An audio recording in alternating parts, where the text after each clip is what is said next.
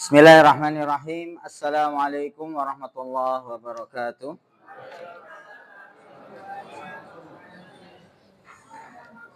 Alhamdulillah. Wassalatu wassalamu ala rasulillah wa ala alihi wa sahbihi wa mawalah. Rabbi syrah li sadri wa yassir li amri wahlul 'uqdatam min lisani yafqahu qawli. Allahumma anfa'na bima 'allamtana wa 'allimna ma yanfa'una wa zidna ilman. Allahumma inna nas'aluka ilman nafi'a wa rizqan thayyiba wa amalan mutaqabbala. Masih cukup? Oh, ada. Nggih. Monggo. Sabahul khair. Sabahun nur. Kaifa halukum? Bi khairin walhamdulillah.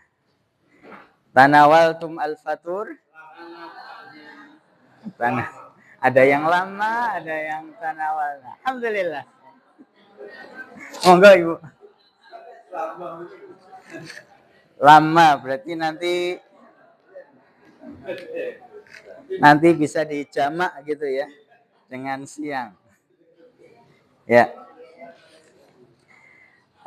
Kita absen terlebih dahulu. Ini hari Selasa tanggal 10 Juni nggih. Pak Agus Santoso hadir. Bu Ambar Hadiati hadirah. Bu Andi Endang hadir, alhamdulillah. Bu Astuti belum hadir ya. Bu Bekti Rianti hadir. Oh, Bu Astuti ini yang sudah enggak hadir ya. Saya pindah ya, nggih. Bu Devi izin. Ibu Dwi Yuliarti hadir, alhamdulillah. Bu Eri Yuliani Putri. Ada Bu Eri? Belum. Bu Erni Maija hadir, alhamdulillah. Bu Eti Puji hadir. Bu Etika hadir. Bu Handayani hadir. Pak Harsono mana? Belum. Bu Heni Yuniarti hadir, alhamdulillah. Bu Hikmastuti hadir. Bulis Ismiati. Mana Bulis? Belum ya. Izin. Pak Muntori hadir, alhamdulillah. Bu Musinem hadir. Pak Muslih hadir. Pak Pujiarto hadir. Bu Purbaningsih belum. Bu Rasmini belum. Bu Retni Astuti hadirah. Bu monggo.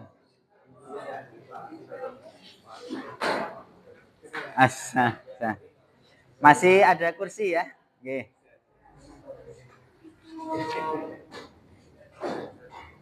Bu Rohani hadirah. Bu Rosidah. Ada Bu Rosidah? Belum ya? Belum. Bu Salwiah hadirah. Bu Siti Khotijah hadirah. Bu Siti Nuryati hadirah. Bu Siti Rahayu hadirah, alhamdulillah. Bu Siti Syarifah hadirah. Bu Siti Sugianti hadirah, alhamdulillah. Bu Siti Suriah mana? Izin. Pak Sugi Hartoyo hadir. Pak Suharjo hadir. Bu Sukarni hadir. Bu Sumarsih hadir. Pak Suparman. Bu Sumartini. Diganti nggih? Nggih. Perganti. Alhamdulillah. Pak Supriyo. Bu Surati. Hadir. Pak Wargono. Hadir. Bu Wasmiati. Hadir. Bu Wigatiningsih. Hadir. Bu Yeti. Ada Bu Yeti? Izin. Bu Subekti Laraning Tias. Hadir. Betul nggih, Bu? Bu Siti Nurahayatun. Mana? Ah. Bu Sri Sugiyarti. Hadir. Masya Allah. Ngapunten, Pak sinten? Pak Mamet Sutomo. Masya. Ristomo. Aristomo. Panggilannya Pak sinten? Pak Aris nggih. Nah, Pak Aris.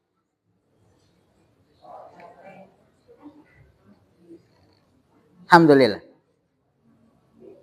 Ahlan wa sahlan. Selamat bergabung dengan kita di Madrasah Lansia. Semoga dimudahkan, diberi keistiqomahan ya sama kita. Ada lagi yang belum dipanggil, Bu? Bu Rasmini, Masya Allah. Alhamdulillah. Ada lagi? Pak Harsono. Ye. Ada lagi? Sampun? Ye. Bapak, Ibu-ibu yang semoga dirahmati Allah Subhanahu wa taala. Alhamdulillah. Setelah kemarin libur ya. Libur panjang 1 pekan ya. Kita kembali dimudahkan oleh Allah Subhanahu wa taala untuk bisa menghadiri majalisul ilm ya. Kita sama-sama di sini belajar ya. Ya insya Allah ini adalah termasuk dari ibadah kita ya, bentuk ibadah kita, ketaatan kepada Allah Subhanahu wa taala ya. Karena menuntut ilmu itu kan kewajiban, perintah ya. Thalabul ilmi, di dalam hadis disebutkan oleh Nabi SAW, thalabul ilmi faridotun. Nah, ada kata-kata apa? Faridoh. Napa niku kata faridoh? Fardun. Ada istilah mungkin sering dengar ya. Salat fardu kan gitu nggih. Faridoh itu berarti wajib. Ini kalau bahasa Indonesia bahasanya. Faridoh ya. Faridoh. Jadi sesuatu yang wajib. Kalau wajib, kalau ditinggalkan berarti berpahala apa berdosa? Berdosa. Ya. Jadi kita menuntut ilmu itu juga bentuk dari ketaatan kita kepada Allah Subhanahu wa taala ya. Kita menjalankan perintah Nabi SAW ya. Dan tentunya ilmu itu kan apalagi berkaitan dengan ilmu agama ini adalah cahaya gitu ya, yang menuntun kita untuk kita bisa beribadah dengan baik, mengenal Allah Subhanahu wa taala, khususnya adalah di materi yang kita pelajari. Monggo Ibu.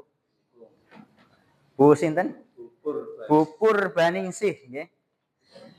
Terlebih terkhusus adalah materi yang kita bahas berkaitan dengan tauhid ya. Tauhid sekali lagi itu adalah berkaitan dengan keimanan ya. Keimanan hamba kepada Allah Subhanahu wa taala ya. Makanya nanti termasuk materi tauhid itu adalah mengenal Allah Subhanahu wa taala ya. Kita lebih mengenal siapa Allah yang menciptakan kita, yang memberi kita rizki ya, yang memberi kita kehidupan dan seterusnya.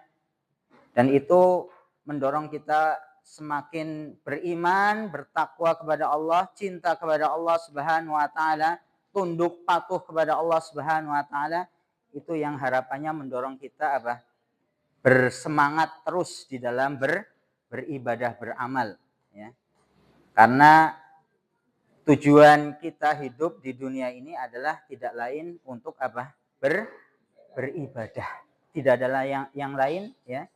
Kita diciptakan oleh Allah Subhanahu wa taala di dunia ini adalah untuk beribadah. Jadi seluruh aktivitas yang kita lakukan, ya, harapannya itu bernilai ibadah, ya. Tergantung nanti niat, ya. Ada amalan-amalan yang sifatnya kebiasaan gitu nggih, makan, contohnya makan, minum, ya. Kemudian apa? Bekerja dan seterusnya. Kalau itu kemudian kita niatkan lillahi ta'ala, ya, saya makan minum, harapannya adalah bisa semangat tubuh kita kuat di dalam beribadah gitu ya. Apalagi hari-hari ini makannya mungkin menunya daging, ya, menu daging, semuanya apa-apa daging gitu ya. Ya, niatkan kita makan daging, bismillah, ya, semoga itu menjadikan kekuatan di dalam diri kita, sehat gitu ya. Ya. Tapi tentunya tidak berlebihan. Itu yang kadang-kadang menjadikan apa? Ya. Wah, rasanya enak, terusnya pinginnya apa? Nambah terus gitu ya. Nah, ini apa namanya, ya tentunya apapun itu ketika berlebihan itu tidak baik, ya. Ya. Takut nanti mbok apa namanya nggak ada yang makan ya. Ya bisa diantar ke tetangganya atau yang lainnya gitu. Ya. Kita akan melanjutkan Bapak Ibu-ibu. Terakhir kita membahas tentang masih bab yang pertama ya. Masya Allah. Sudah ada pegang bukunya semua nggih? Ini ada buku yang baru-baru di sini. Nanti kalau yang apa namanya belum mendapatkan bisa dengan ketua kelas mungkin nanti Pak Pujiarto nggih. Ya. Ya, kita masih membahas bab yang pertama, Bapak Ibu-ibu sekalian, ya. Jadi judul babnya adalah apa? Hakikat dan kedudukan tauhid, ya. Kita masih bab yang pertama. Jadi kalau yang baru bergabung belum ketinggalan jauh insyaallah ya. Nah, di bab yang pertama ini kita sudah sampai pada kandungan bab ya. Halaman ya yang ke-20 ya. 19 dan 20 gitu. Ya. Apa 18? Terakhir yang 18 sudah, 19 sudah ya. Nah, berarti halaman 7 Bapak-bapak, Ibu-ibu sekalian ya. Kalau yang buku yang satunya halaman 19 ya. Kalau tidak salah terakhir itu poin 19 ya. Jawaban yang disyariatkan bagi orang yang ditanya ya. Sedangkan dia tidak tahu maka dia menjawab apa? Allahu wa rasuluhu a'lam. Artinya apa? Allah wa rasuluhu a'lam. Atau kita sering mengucapkan apa? Wallahu a'lam ya. Wallahu a'lam. Artinya Allah yang maha tahu, Allah yang lebih tahu. Nah, karena ini berkaitan dengan hadis ya yang diriwayatkan oleh sahabat namanya Mu'adz bin Jabal, maka pada saat itu ketika Mu'adz ditanya oleh Rasulullah SAW, tahukah engkau apa itu hak Allah atas hambanya dan hak hamba atas Allah Subhanahu wa taala? Maka dijawab oleh Mu'adz, wallahu wa rasuluhu ya, kemarin ya, ada tambahan kata-kata wa rasuluhu a'lam. Allahu wa rasuluhu wa rasuluhu a'lam. Artinya kalau ditambah wa rasuluhu berarti Allah dan Rasulnya yang lebih tahu. Ini jawaban yang sangat ya bentuk jawaban yang seorang murid gitu ya. Kemudian ketika ditanya oleh gurunya, ini adalah Rasulullah SAW, ketika tidak tahu maka jawabannya adalah wallahu wa rasuluhu a'lam. Allah dan Rasulnya yang lebih tahu. Kalau kita sekarang yang hidup pada zaman sekarang ini, Rasulullah sudah tidak ada, maka kalau kita ditanya akan sesuatu hal gitu nggih, dan kita tidak mengetahui jawabannya, maka cukup mengatakan wallahu a'lam. Ya, wallahu a'lam ya. Wallahu a'lam bissawab, umpamanya ada yang mau ditambah gitu ya. Allah yang lebih tahu mana yang benar. Wallahu a'lam. Wallahu a'lam. Allah yang lebih tahu. Dan ya semua kita ya, kalau kita nggak ngerti ya jawab saja nggak ngerti ya. Tidak kemudian apalagi berkaitan dengan perkara-perkara syariat ya. Kalau kita tidak tahu ilmunya ya jawab saja nggak tahu, wallahu a'lam kan gitu. Atau mungkin nanti saya carikan dulu jawabannya kan gitu ya. Tidak kemudian ngarang sendiri gitu ya. Apalagi berkaitan dengan agama, ini bahaya gitu ya. Ngarang sendiri itu ya nanti yang ada adalah bukan kebenaran tapi malahan ya kesesatan gitu ya. Dan itu yang dilakukan oleh para ulama terdahulu gitu ya. Mereka sekelas seperti Imam Malik umpamanya ya, imam madhab, ya kalau nggak ngerti ya jawab saja tidak tahu, wallahu a'lam ya. Dan jawaban itu sebetulnya ketidaktahuan itu dikatakan nisful ilm ya, setengah dari ilmu ya. Karena kalau dia tidak tahu maka dia akan berusaha nanti mencari akan ilmunya, tidak malahan mengarang sendiri atau menjawab tanpa ilmu. Ini sesuatu yang dilarang di dalam syariat kita. Ini kaitan dengan poin ke-19 ya. Jelas niki nggih Bapak Ibu-ibu? Ya, jadi termasuk adab yang baik ketika ditanya dan kita tidak tahu menjawabnya adalah wallahu a'lam. Kita lanjutkan ke poin selanjutnya. Ini masih ada 5 poin ya. Semoga hari ini selesai ini ya.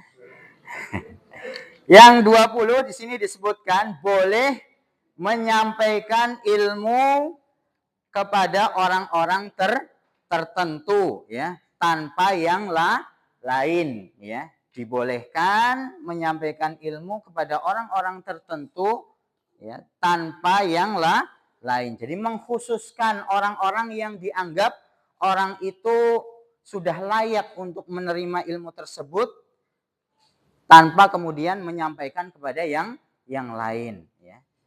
Dari mana kok ada pelajaran seperti ini? Padahal pernah kita sampaikan yang namanya ilmu itu kan kebaikan itu harus disampaikan kepada orang lain kan gitu. Jangan kemudian disimpan sendiri. Makanya pernah kita sampaikan yang disebut dengan apa? Kitmanul ilm ya.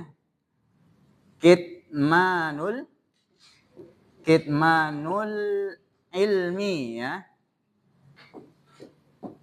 Kalau bahasa Latinnya kitmanul ilmi ya. Pernah kita sampaikan. Kitman itu artinya menutupi ya. Menyimpan gitu ya. Menyimpan ilmu tanpa disampaikan kepada orang lain. Itu tidak boleh di dalam syariat kita ya. Kalau kita tahu akan kebaikan, apalagi itu masalah agama gitu nggih. Kita tahu umpamanya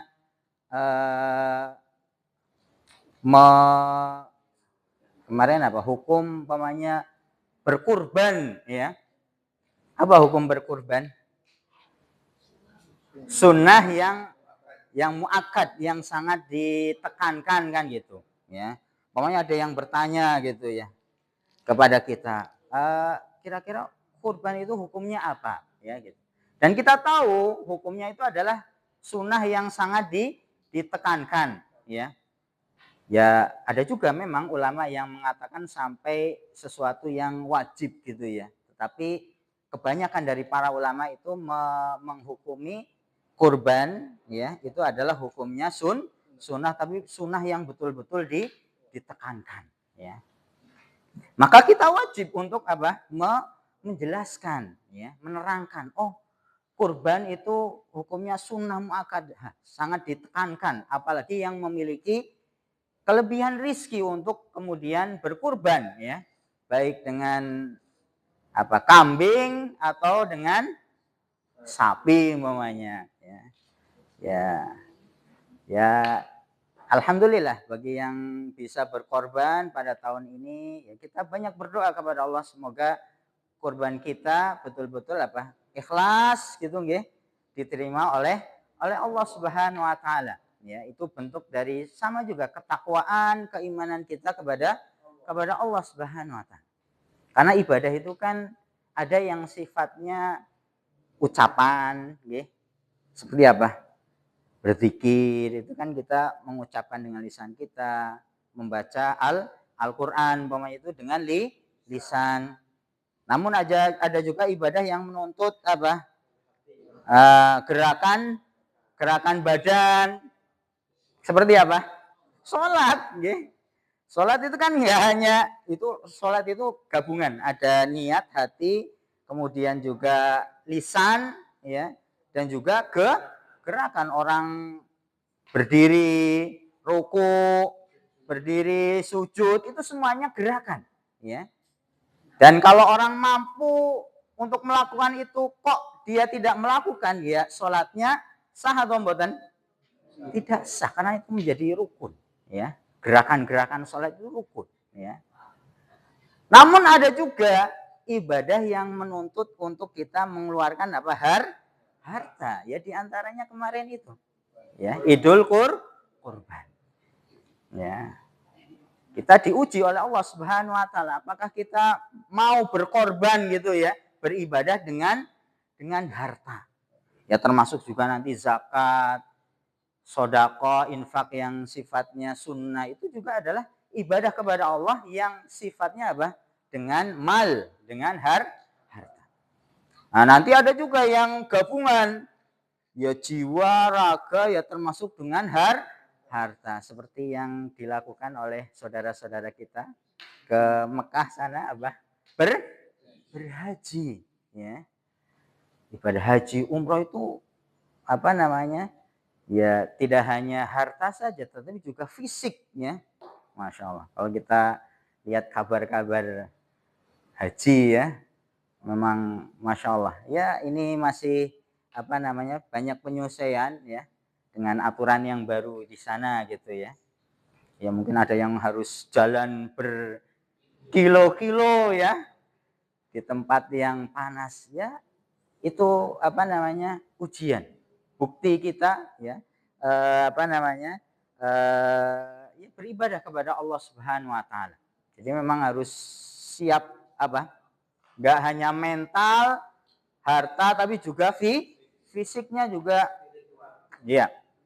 Itu gabungan. Makanya tidak ada pahala dari haji yang mabrur itu ya kata Nabi kecuali apa? Surga. Ya, karena memang itu ibadah yang menuntut semuanya ya. Ya jiwa, raga, fisik dan harta seterusnya ya.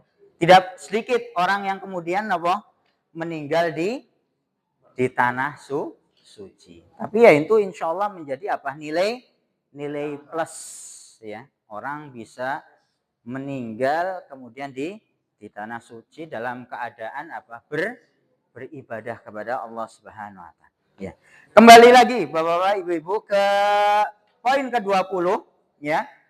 Jadi pada asalnya menutup-nutupi ilmu itu tidak boleh, ya. Menutup-nutupi ilmu itu tidak boleh. Kalau kita tahu, maka wajib kita untuk apa?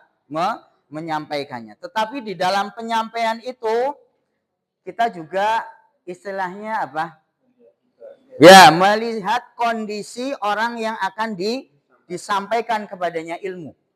Kalau itu adalah sesuatu yang bisa diterima gitu nggih. Orang itu ini ketika mendengarkan ilmu tersebut dia akan bisa memahaminya dengan baik, kemudian bisa mengamalkannya, bukan malah sebaliknya menjadi bingung atau menjadi terfitnah gitu ya, karena belum siap untuk menerima ilmu itu, maka kita boleh menunda. Sifatnya apa?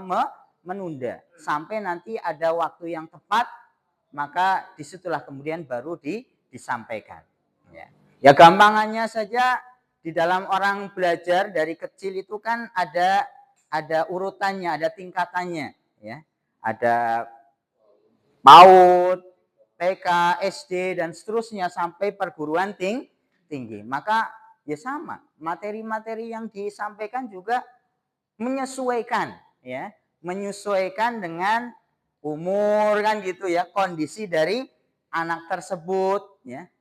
Apa yang disampaikan di SMA mungkin ya berbeda dengan disampaikan yang di TK, SD dan seterusnya. Tartili 1, tartili 2. Ya memang seperti itu ya. Belajar itu bertahap, ya. Bertahap. Dan insya Allah yang namanya belajar ilmu agama, membaca Al-Quran itu tidak ada istilahnya nopo, tidak ada ruginya, tidak ada kata terlambat, ya. Kalaupun dulu mungkin waktu muda sibuk nopo golet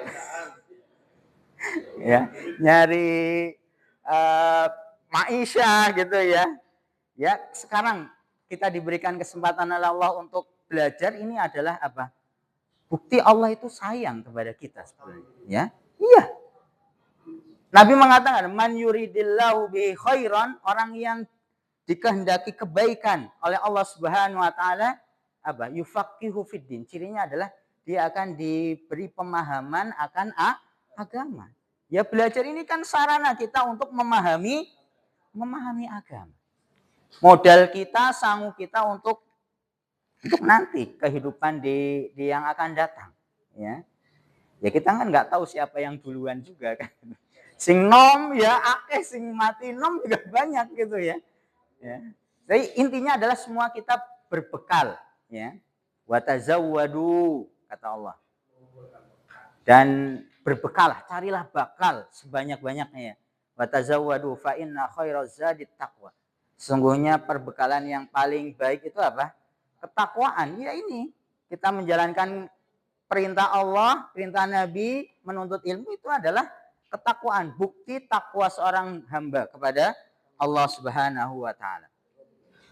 Jadi boleh ya, boleh menyampaikan ilmu kepada orang-orang tertentu yang kita nilai sudah siap, ya. Dan ini diambil dari sekali lagi hadis Nabi sallallahu alaihi wasallam, ya, yang mana Nabi mengajarkan perkara ini, ya, perkara bahwasanya hak Allah atas hambanya dan hak hamba atas Allah itu hanya disampaikan kepada siapa? Satu orang sahabat saja. Siapa? Mu'adz bin Jabal. Apakah sahabat Nabi cuma satu ini saja? Ya enggak, kan banyak. Tetapi Nabi kemudian pilih khususkan kepada Mu'adz, takut nanti kalau disampaikan kepada yang lainnya, sahabat-sahabat yang lainnya atau orang-orang yang lain itu belum siap, alias nanti terfitnah. Terfitnah itu maksudnya dia memahami sesuatu yang disampaikan Nabi dengan pemahaman yang keliru, ya. Karena di situ disampaikan hak Allah atas hambanya itu adalah orang hamba mentauhidkan Allah, beribadah kepada Allah. Kalau hamba itu sudah mentauhidkan Allah, maka dia akan mendapatkan haknya dari Allah berupa apa? Tidak dijaminan untuk tidak disiksa. Takutnya nanti ada orang yang memahami, oh cukup saya beriman gitu nggih, tanpa beramal saya akan selamat. Takutnya dipahami seperti itu. Ya. Padahal maksud dari hadis ini adalah ya keimanan kepada Allah itu nanti juga tetap dibarengi dengan amal soleh. Ya, tidak melakukan kesyirikan, ya, mentauhidkan Allah alias tidak melakukan kesyirikan. Di samping itu juga orang tetap dituntut untuk melakukan amal soleh, ya puasa, ya sholat, ya zakat, gitu nggih. Jadi tidak hanya cukup yang wis Islam syahadat wis cukup, orang usah sholat gitu. Ada nggak orang-orang seperti itu? Ada bapak ibu, ada. Ada. Pokoknya saya Islam, tapi nek sholat nyomoh gitu. Ada. Ada bapak. Saya kalau puasa tetap puasa, tapi nek sholat nggak mau sholat. Ada. Padahal sholat itu adalah imaduddin, tiangnya agama. Kalau bangunan nggak ada tiangnya, kira-kira akan kuat berdiri nggak? Nggak kuat, alias roboh, runtuh. Ya, makanya ibadah sholat itu yang utama. Ya, setelah bersyahadat ya sholat. Ya, al-farqu bainal mu'min wal kafir, nanti yang membedakan antara orang ciri khas ya, orang mukmin beriman dan orang kafir ya sholatnya itu. Ya, jadi sholat ini perkara yang utama, yang betul-betul kita jaga, kita perhatikan ya, dari waktunya, kemudian pelaksanaannya ya, kita tunaikan sebaik-baiknya ini, karena sholat ini sebetulnya kunci nanti dari ibadah-ibadah yang lainnya. Karena nanti juga di dalam hadis yang pertama kali dihisab amal seorang hamba, seorang mukmin itu apanya? Sholatnya dulu. Jadi sudah menjadi patokan gitu nggih. Kalau sholatnya baik, insya Allah nanti amal yang lainnya juga dinilai baik. Ya. Makanya nanti di dalam amalan sholat kita juga selain mengerjakan yang wajib, kita barengi dengan sholat-sholat sunnah. Takutnya nanti kalau ada sesuatu yang kurang gitu ya di dalam yang wajib, nah karena kita punya amalan-amalan sunnah itu akan menutupi, menyempurnakan dari sholat yang wajib. Itu nanti bapak-bapak, ibu-ibu bisa dapatkan di dalam hadis ya, riwayat Abu Hurairah menjelaskan tentang itu. Amalan yang pertama kali yang dihisab itu adalah sholat. Ya. Ini penting ya. Dan ya kalau kita sudah berupaya untuk menunaikan sholat dengan baik, ya ajak juga anak-anak kita, cucu-cucu kita untuk betul-betul memperhatikan sholat ini, jangan dianggap ringan atau sepele gitu ya. Ya. Jadi itu tadi poin yang ke-20 adalah boleh menyampaikan ilmu kepada orang-orang tertentu ya. Tanpa yang lain, dalam artian adalah ketika kalau itu disampaikan kepada yang lainnya nanti akan menimbulkan fitnah ya. Makanya di dalam keterangan di sini disebutkan ya, ketika kita menyampaikan sesuatu itu juga melihat kondisi dari orang yang akan menerima ilmu tersebut. Akalnya itu bisa menyerna dengan baik atau tidak, memahami atau tidak ya. Ini dikatakan oleh Ibnu Mas'ud ya, innaka lan tuhaddisu qauman bi haditsin la tablughu uquluhum illa kana li ba'di fitnah. Jadi orang ketika menyampaikan sesuatu ternyata kok yang diberitahu itu orang tersebut akalnya belum sampai alias belum bisa memahami dengan baik, yang timbul itu adalah bukan kebaikan malahan fitnah. Ini dikatakan illa kana li ba'dihim fitnah, kecuali itu akan menjadikan di antara mereka itu apa? Fitnah ya. Jadi memang betul-betul kita ketika menyampaikan sesuatu itu juga melihat kondisi dari orang yang akan kita sampaikan. Ya, termasuk juga ketika kita ingin nge-share itu ya di WA maupun di media sosial, kita juga harus ya tahu itu adalah berita yang benar gitu ya, berita yang benar yang nyata, bukan bohongan.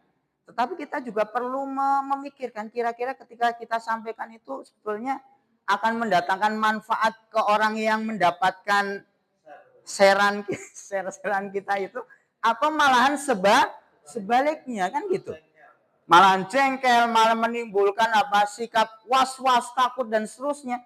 Itu juga perlu diperhatikan.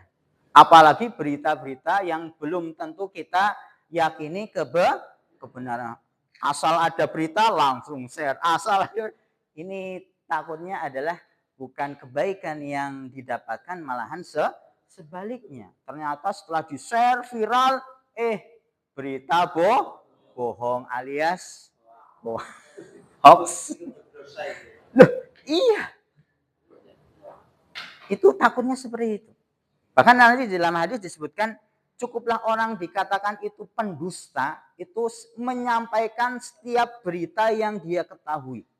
Di dalam hadis nanti disebutkan seperti itu. Cukuplah orang dikatakan dia pembohong, ya, ketika dia mendapatkan berita langsung disampaikan tanpa disaring, kita cari tahu dulu ini berita ini benar atau enggak. Nah, itu juga takutnya tadi terancam termasuk pembohong. Ya pembohong ya berdosa kan gitu. Pembohong itu berdosa. Ya. Makanya kita ya kalau benar-benar enggak apa namanya ya, maksudnya kita pikir dulu gitu nggih. Ketika kita akan menyampaikan itu, ini benar atau tidak dulu, itu pastikan dulu. Kemudian yang kedua, ketika saya share ini ke grup saya ini, grup juga kan mungkin macam-macam ya. Ini ada grup yang mungkin orang-orangnya yang sudah pada ngaji umpamanya gitu ya. Yang ini grup masih macam-macam, itu kan juga perlu disesuaikan dulu kan gitu. Oh, siapa tahu yang ini cocok tapi yang ini malahan menimbulkan hal yang ini, perlu kita tadi memilah dan memilih sebelum kita kemudian menyampaikan akan suatu hal. Ini kaitannya tadi. Ini termasuk dari poin yang ke-20. Bisa difahami nih Bapak Ibu-ibu? Nabi juga seperti itu, enggak semuanya terus langsung disampaikan ke sahabatnya. Nabi melihat ini sudah layak atau belum untuk mendapatkan ilmu kan gitu. Namun kembali lagi seluruh di dalam kaidahnya di asalnya adalah kebaikan itu harus disampaikan ya. Hanya mungkin di situ berkaitan dengan penundaan gitu ya. Oh, ini belum siap, mungkin nanti di suatu saat sudah siap. Buktinya Mu'adz juga menyampaikan sebelum beliau meninggal, kemudian disampaikan hal ini ya, kepada yang lainnya. Sampai kita sekarang pun yang hidup jauh dari masa Mu'adz ya tahu akan hal ini. Karena tadi menutup-nutupi ilmu itu adalah perkara yang tercela di dalam syariat kita. Oke, ada yang mau ditanyakan mungkin berkaitan dengan poin 20 ini? Jelas insyaallah ya. Ya, kalau tidak ada kita lanjutkan saja. Ini poin ke-21. Nah, ini sebenarnya banyak sekali pelajaran dari hadis Mu'adz tadi ya. Ini yang selanjutnya pelajaran yang ke-21 atau poin yang ke-21 disebutkan kerendahan hati siapa? Rasulullah Shallallahu alaihi wasallam ya. Kerendahan hati itu biasa disebut dengan sikap napa? Tawadhu. Rendah hati, tawadhu. Baik atau baik ini tawadhu ini? Baik ya. Suatu kebaikan, rendah hati ya. Lawannya berarti napa? Sombong. Ini lawannya tawadhu itu ya kiber atau sombong. Sombong itu apa? Sombong itu orang pakai pakaian mahal itu disebut sombong. Pakai jam tangan merek apa itu ya? Rolex. Apakah itu termasuk sombong? Pakai mobil yang kacanya banyak itu ya? Apakah itu disebut sombong? Bukan. Itu bukan termasuk kesombong. Karena Nabi pernah ditanya ya oleh para sahabatnya, apakah orang yang pakai sandal bagus, pakaian bagus itu termasuk kesombongan? Kata Nabi bukan. Al-kibru ini secara jelas disebutkan oleh Nabi. Al-kibru atau ini bahasa Arabnya disebutnya al-kibr ya. Sombong itu artinya dalam bahasa Arab al-kibr. Sombong ya. Al-kibru itu ada dua di dalam hadis disebutkan apa? Batorul haq. Batorul haq. Jadi kesombongan itu yang pertama adalah batorul haq itu tidak menerima kebaikan ya. Mengingkari kebaikan ya, menolak kebenaran atau kebaikan. Menolak kebenaran. Atau yang kedua adalah apa? Wa ghamtun nas. Batarul haq wa ghamtun nas. Ghamtun nas itu adalah merendahkan ya. Merendahkan orang lain. Jadi kalau kita pakai sesuatu yang bagus, yang baik, enggak apa-apa, itu mubah, boleh ya. Bahkan ya kalau kita kadang-kadang kan ada momen-momen tertentu yang kita menuntut kita tampil bagus gitu ya. Ketemu sama diundang mungkin sama siapa? Pejabat gitu ya. Atau buka bersama umpamanya di pendopo umpamanya di mana? Di kabupaten gitu ya. Ya, kita menyesuaikan gitu ya. Pakaian yang bagus dan seterusnya itu adalah sesuatu yang dibolehkan, mubah ya. Namun jangan sampai kemudian pakaian yang bagus, kendaraan yang bagus, rumah yang bagus itu menjadikan kita apa? Sombong dalam artian kemudian merendahkan orang lain, itu yang tidak boleh ya. Dan ini yang dicontohkan oleh Nabi, yaitu sifat apa? Tawadu, rendah hati ya. Makanya di sini disebutkan kerendahan hati Rasulullah SAW. Ya, ini dari mana kita tahunya? Ya dari hadis Mu'adz tadi. Ya, kerendahan hati Rasulullah SAW karena ini disebutkan alasannya kok bisa diambil dari hadis itu kerendahan hati Nabi, karena ketika menunggang keledai, ya, ketika Nabi menunggang keledai, beliau mau memboncengkan orang lain di belakangnya. Ya. Ya. Ini tanda apa? Ciri ketawaduan. Nabi kan seorang apa? Seorang pemimpin, ya. Orang yang paling bertakwa kepada Allah Subhanahu wa taala, ya. Namun dengan kedudukan yang begitu tinggi tersebut, ya. Ya kalau istilah kita sekarang ya presiden gitu ya. Orang yang paling berkuasa ya. Bahkan mendapatkan wahyu dari siapa? Dari Allah Subhanahu wa taala langsung. Ya kalau kita sekarang mungkin kiai gitu ya, tapi ini bukan kiai saja, tapi memang nabi dan rasul. Ini kan tingkatan yang paling tinggi memang ya. Tapi dengan tingkatan yang dimiliki oleh Nabi tetap apa? Mau memboncengkan sahabatnya, ya. Apa ada pemimpin yang mau mamanya lihat ada temennya dulu waktu SD gitu ya, sudah jadi pejabat gitu ya. Ayo ikut ke dalam mobil bareng sama saya. Kayaknya jarang gitu ya. Jarang. Ya. Yang ada ya kalau sudah punya status gitu, jangankan dapat jabatan gitu ya, sudah meningkat statusnya saja mungkin sudah mulai hartanya banyak, kadang-kadang sudah menjadi terpisah gitu ya, istilahnya tidak mau menghargai yang dulu mungkin sama-sama gitu ya, susah dan seterusnya ya. Itu baru beda status sosialnya saja kan.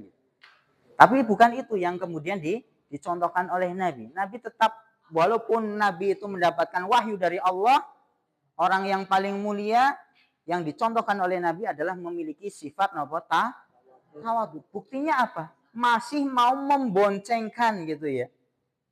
Sahabatnya dibonceng bareng oleh Nabi. Ya. Dan ketika lihat kita di sini kan Nabi itu menggunakan apa? Keledai, ya. Ya, keledainya kuat, kuat. Nah, nanti di sini setelah poin selanjutnya juga diterangkan kapan kita boleh mendunggangi binatang tunggangan gitu ya. Ya ada apa namanya? Ada ketentuannya. Maksudnya jangan sampai kemudian melebihi kekuatan dari binatang tersebut ya. Ya kalau sekarang juga sama. Kan mobil itu atau kendaraan itu kan biasanya punya apa? Punya daya maksimal umpamanya ya. Ya yang kalau mobil ini maksimalnya hanya cukup berapa umpamanya? Ya 7 orang ya sudah, jangan kemudian dibebani melebihi kapasitas ya. Ya takutnya adalah itu doror. Doror itu maksudnya akan membahayakan. Nah, kalau kaitan dengan binatang tunggangan ya nanti itu bisa menzalimi ya, bentuk kezaliman kepada binatang ya. Udah keledainya kecil, kurus gitu ya. Yang naik gede-gede ya nanti menggeh-menggeh kasihan ya. Nah, ini apa namanya? Bukti kerendahan Nabi ya, at-tawadhu ya. Ini dikatakan An-Nabi SAW asyraful khalq. Jahan. Nabi itu orang yang paling tinggi derajatnya. Siapapun nggak ada yang melebihi Nabi ya. Mau alim seberapa pun tidak ada yang melebihi Nabi. Karena Nabi ini adalah di antara para Nabi pun Nabi Muhammad itu adalah yang paling mulia. Di antara ulul azmi ya. Ulul azmi itu kan Nabi yang pilihan. Nabi dan Rasul pilihan itu ada 5. Nabi siapa? Nuh alaihissalam, Nabi Ibrahim, Nabi Musa, Isa, dan yang kelima adalah Nabi Muhammad SAW, Nabi kita. Di antara 5 ulul azmi ini, yang paling mulia siapa? Nabi Muhammad SAW. Ya. Jadi tidak diragukan lagi. Orang-orang bersepakat gitu ya. Bahwasanya Nabi kita, Nabi Muhammad adalah asyraful khalq. Makhluk yang paling mulia dan paling tinggi. Ya.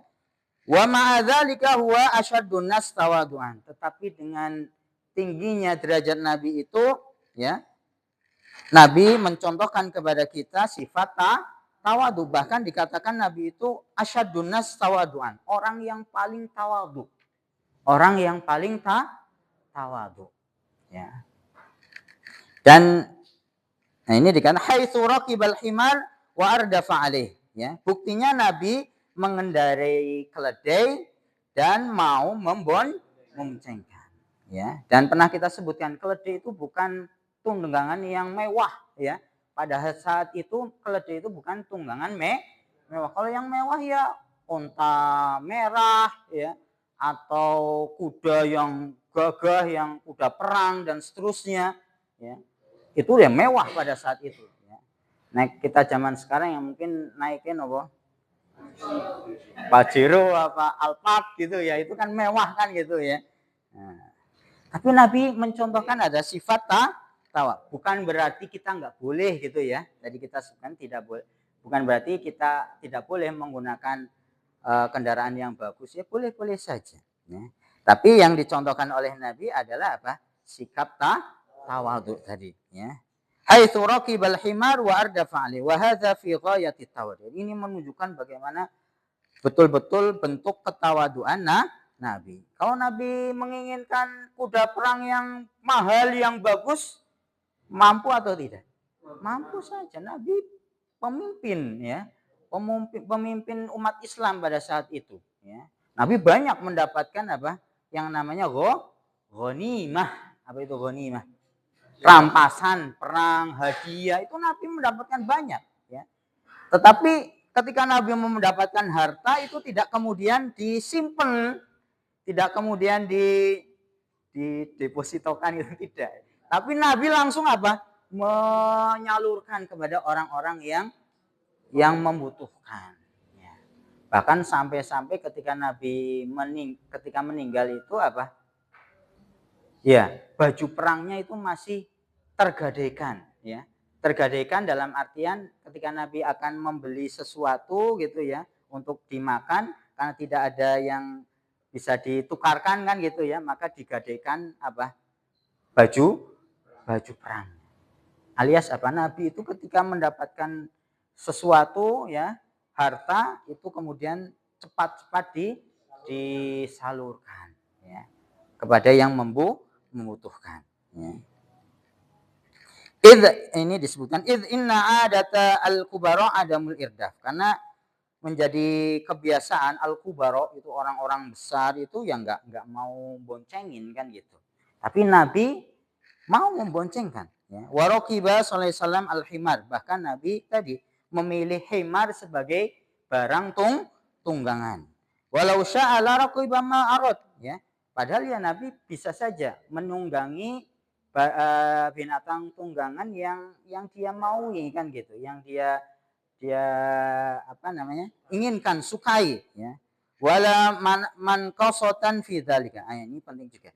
Dan sikap tawadhu itu sebetulnya ya, Bapak Ibu sekalian, itu bukanlah kemudian menjadikan orang itu rendah ya. Kadang-kadang ada orang yang berpikir memiliki sifat tawadhu, rendah hati itu malah nanti akan diinjak-injak gitu ya. Akan kehormatannya akan menjadi apa? Menjadi terhina dan seterusnya. Tetapi malah sebaliknya. Di dalam syariat kita sifat tawadhu ya, rendah hati itulah yang akan kemudian mengangkat derajat seorang hamba. Apakah ada dalilnya? Ada ya. Ini saya sebutkan di dalam hadis ya. Nabi menyebutkan keutamaan dari sikap apa? Tawadhu ya. Banyak sekali hadis-hadis di dalam apa namanya? Perkataan Nabi yang menyebutkan itu ya. Ini diantaranya adalah hadis riwayat Abu Hurairah ya. Abu Hurairah diriwayatkan juga oleh Imam Muslim. Di sini disebutkan mana qasat shadaqatun min mal ya. Tidaklah berkurang harta yang kemudian disodakohkan ya. Mana qasat shadaqatun min mal. Jadi sodakoh itu tidak akan mengurangi harta. Loh, bukannya kalau kita bersodakoh kita punya uang 100.000, sodakoh 50.000 berkurang uangnya. Iya, secara hitung-hitungan apa jumlah iya. Tetapi kata Nabi SAW, mana qasat shadaqatun min mal. Jadi sodakoh itu tidak mengurangi harta, bahkan nanti itu akan menambah. Ini bukan saya yang mengatakan, siapa? Nabi SAW. Jadi harta itu akan menjadi berkah ya. Kita akan mendapatkan kebaikan-kebaikan dari harta. Karena banyak orang yang hartanya baik tapi kayak enggak mendapatkan kebaikan dari hartanya itu. Malah jadinya masalah terus gitu ya. Atau mungkin banyak terus tahu-tahu hilang gitu ya. Dengan apa namanya kita kayak enggak mendapatkan manfaat dari harta itu, ya bisa jadi itu ya.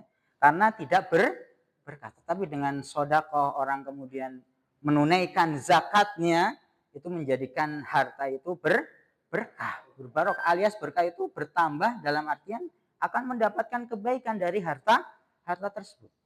Dengan harta itu orang itu tambah apa? Tambah semangat di dalam beribadah ya. Tubuhnya sehat dengan harta yang dia miliki. Itu keberkahan dari harta, bukan malahan sebaliknya. Ini dikatakan mana qasat shadaqatun min mal. Wa ma zadallahu 'abdan bi'afwin illa izzan. Ya, ini. Dan tidaklah Allah menambah ya terhadap seseorang yang memberi maaf ya. Orang yang memberi maaf ya, kecuali apa? Izzan. Izzan itu artinya kemuliaan. Ya. Jadi orang yang suka memberi maaf. Kadang-kadang kan ada orang yang sulit untuk apa? Memaafkan kesalahan orang lain. Ya memang fitrahnya seperti itu. Ketika ada orang lain berbuat buruk kepada kita, ya kita pinginnya apa? Membalaskan gitu ya. Tetapi yang paling baik adalah apa? Memaafkan. Dan itu perlu apa? Perlu perlu latihan memang, ya. Ya, ada orang mungkin menyakiti kita dengan ucapan gitu ya. Dia kadang-kadang kan membekas gitu ya. Apalagi ucapan itu kadang-kadang lebih lebih tajam dari sekedar apa? Ya perbuatan bisa. Jadi omongan orang yang menyakiti itu bisa terus gitu ya. Nah, itu sebetulnya di dalam apa namanya? Syariat kita memendam ya, marah kemudian apa namanya? Menyimpan ya rasa dendam kepada orang lain itu dampaknya buruk. Yang baik adalah kita diperintahkan untuk apa? Memaafkan. Banyak memaafkan dan disebutkan di dalam hadis orang yang memaafkan itu bukan kelemahan. Memaafkan itu bukan kelemahan, tetapi memaafkan itu adalah menambah kemuliaan. Ini disyaratkan oleh wa mazadallahu 'abdan bi'afwin, seorang hamba itu memaafkan itu tidaklah Allah menambah ya kepada hamba tersebut illa izzan, kecuali apa? Kemuliaan, syaraf. Izzan itu kemuliaan. Nah, ini kemudian yang terakhir Nabi mengatakan poin kita, wa ma tawadha'a 'abdun illa rafa'ahullah. Dan tidaklah seorang hamba itu bersikap napa? Tawadhu'a. Tawadhu, bukan rendah diri ya. Rendah hati, tidak menyombongkan diri, tidak merasa lebih dari orang lain baik dengan ilmunya atau dengan hartanya, dengan anak keturunannya. Apa kata Nabi? Illa rafa'ahullah, kecuali Allah akan rafa'a itu angkat ya, angkat derajatnya. Di mana? Di dunia atau di akhirat? Dua-duanya, bisa di dunia maupun di akhirat. Di dunia dia akan apa namanya? Ya mendapatkan ya kemuliaan ya di hadapan orang lain, nanti di akhirat dia akan diangkat derajatnya oleh Allah Subhanahu wa taala. Jadi sifat tawadhu ya itu bukan menjadikan orang itu hina atau kemudian status sosialnya itu malah turun, tidak. Tetapi yang namanya at-tawadhu itu akan mengangkat ya. Dan juga tadi kita sebutkan tidak hanya tawadhu, sikap apa? Memberi maaf ya. Memang sulit ya, kadang-kadang sulit kita, tapi harus kita lawan karena itu hawa nafsu. Hawa nafsu yang ingin apa? Ya membalas, ingin ya intinya adalah ingin membalas gitu ya perlakuan buruk dari orang lain. Tetapi ketika kita mengingat ya bagaimana kalau orang itu mampu untuk memaafkan, maka pahalanya adalah kemuliaan. Allah akan beri kemuliaan. Maka nanti di dalam Al-Quran disebutkan apa? Wasari'u ila maghfiratin min rabbikum wa jannatin 'arduhas samawati wal ard. Bergegaslah kalian menuju apa? Ampunan Allah dan surganya yang seluas apa? Langit dan bumi. Uiddat lil muttaqin, yang Allah persiapkan bagi orang-orang yang bertakwa. Disebutkan di situ ciri-cirinya, diantaranya apa? Wal 'afina 'anin nas, dan orang yang gemar memaafkan kesalahan orang lain. Itu cara kita mendapatkan ampunan dari Allah dan juga mendapatkan surganya Allah Subhanahu wa taala yang luasnya seluas langit dan bumi. Jadi memaafkan, sikap tawadhu itu bukan menjadikan kita rendah, tetapi itu akan mengangkat derajat seorang hamba baik di dunia maupun di akhirat. Gitu nggih. Ini 20 ini ya. Baru berarti kita nambah 21 ya. Ya, baik 20 21 masih 3 lagi ya. Nggih. Ini bisa dipahami nggih Bapak Ibu-ibu, poin ke-20 boleh menyampaikan ilmu hanya kepada orang-orang tertentu. Kemudian yang ke-21 adalah bagaimana kita meniru, mencontoh Nabi ya. Karena Nabi itu adalah qudwah hasanah kita ya. Suri toladan yang ya kalau kita mencari contoh itu kan yang memang sudah pasti masuk surga. Jangan kemudian mencontoh orang-orang yang masih belum jelas statusnya nanti di akhirat masuk surga atau tidak kan gitu. Tapi Nabi sudah dijamin jelas masuk surga. Dosa-dosanya diampuni oleh Allah. Bahkan kita diperintahkan mencontoh siapa? Nabi. Dan dengan mencontoh Nabi harapannya kita mendapatkan kebaikan, kemuliaan di dunia, terlebih-lebih nanti di akhirat kita mendapatkan balasan surga dari Allah Subhanahu wa taala. Di antaranya adalah memiliki sifat apa? Tawadu. Sudah jam 10 ini. Mungkin ada pertanyaan sebelum kita akhiri, monggo. Kalau tidak ada, alhamdulillah. Nggih.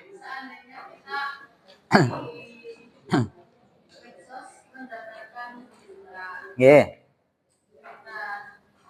Misalnya orang yang mendapatkan berita itu merasa peduli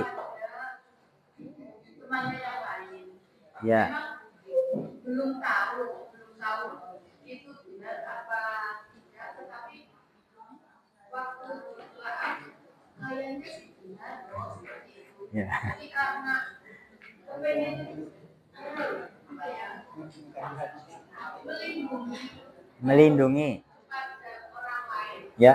Maka berita itu bisa kepada yang lain. Apakah itu termasuk pembohongan? Ya, jadi memang niat baik, kita kan kadang-kadang punya niat baik ya. Jadi niat baik itu juga perlu ada caranya yang baik pula ya. Jadi niat baik tidak cukup kita memiliki niat baik, tetapi kita perlu di dalam kita melakukan perbuatan itu juga dipertimbangkan tadi maslahat atau madorotnya. Jadi secara umum nggih Bu, secara umum tadi kembali lagi kita tetap perlu memastikan dulu. Jangan sampai kita sudah punya niatan baik, ya betul niatan baik, tetapi ketika kemudian tanpa dibarengi dengan tasabut itu artinya cross check gitu ya. Makanya di dalam Al-Qur'an disebutkan apa? Wa in ja'akum fasiqum binaba'in fatabayyanu. Nanti juga di Al-Qur'an nanti bisa dilihat ya. Ketika ada orang fasik gitu ya, menyampaikan suatu berita ya, fatabayyanu, maka hendaklah orang itu kemudian mencari tabayun. Tabayun itu ya cross check ya. Betul atau tidak itu penting. Jangan sampai hanya niat baik tetapi ternyata yang disampaikan itu kan masih sebatas dugaan gitu nggih. Prasangka, dugaan yang itu masih kalau di dalam bahasa Arab prasangka itu antara belum 100% ya. Masih ada kemungkinan salah. Maka yang dibutuhkan adalah kita betul-betul memastikan dulu itu betul atau tidak, dan kemudian setelah itu kalau kita tahu itu betul ketika disampaikan tadi itu betul-betul akan bermanfaat atau tidak. Ini dua tahapan atau sebelum kita menge-share sesuatu, jangan sampai niat yang baik itu kemudian malahan berujung ya melukai, menzalimi orang lain, dan takutnya tadi itu akan bertampak buruk kepada diri kita. Intinya adalah tetap memastikan kabar berita tersebut. Mengatakan nggih Bu? Ya. Cukup? Cekap nggih? Ya, terima kasih Bapak Ibu sekalian atas perhatian dan kehadirannya. Semoga Allah catat ya kehadiran kita ya. Thalabul ilm kita pada kesempatan kali ini menjadi pahala ya, kebaikan untuk kita semuanya. Allahumma amin. Kita akhiri dengan doa kafaratul majlis. Subhanakallahumma bihamdika asyhadu an la ilaha illa anta astaghfiruka wa atubu ilaik. Wassalamualaikum warahmatullahi wabarakatuh.